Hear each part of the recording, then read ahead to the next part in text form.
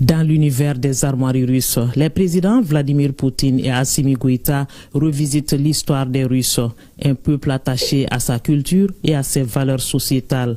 Ces armoiries sont inspirées de celles de l'ancien empire qui ont été restaurées, un pan de l'histoire rappelé par le président de la Fédération de Russie en personne à son hôte. Nous sommes dans la salle des archives du Kremlin, chargée de faits marquant la vie de la nation russe. Un temps d'échange culturel ponctué d'expressions d'estime à travers des cadeaux. Vladimir Poutine offre 4 gratifications à son hôte, le général d'armée Assimi Goïta. Gratifications exposées et expliquées en détail. Chacune d'elles véhicule un message particulier. D'abord, le sabre impérial compagnie d'armes de Zlastos, fabriqué à la main dans le respect des traditions historiques et des techniques propres à la Russie. Il est orné des motifs traditionnels avec des métaux précieux et des pierres précieuses. Deuxième sur la liste, cette montre Victoire 80. En 80 exemplaires, comme son nom l'indique, le général d'armée Assimi Goïta reçoit la 34e. Tout un symbole.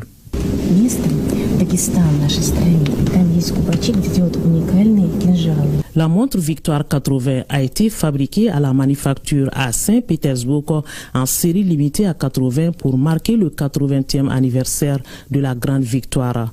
Anton Skounov en est l'auteur. Il a créé un mécanisme unique retraçant le déroulement de la Grande Guerre patriotique de 1941 à 1945. Un autre cadeau, le set de bureau Moscou en pièces uniques, fabriqué à la main, il est fait de miniatures laquées de la ville de Kolui. C'est une spécialité russe exclusive.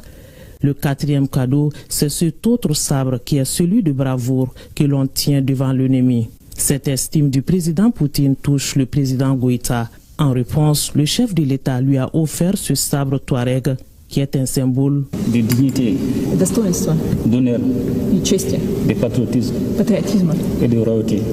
Donc je vous remets avec fierté, avec honneur. Et ça vous permet de neutraliser tous vos ennemis.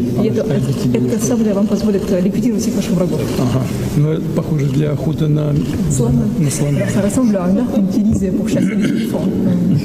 Merci. Dans la tradition russe, le sabre s'échange avec des pièces de monnaie. Poutine en remet à Assimi Goïta pour raffermir les liens d'amitié, un geste repris par le président de la transition, signe de consolidation des liens de coopération Mali-Russie.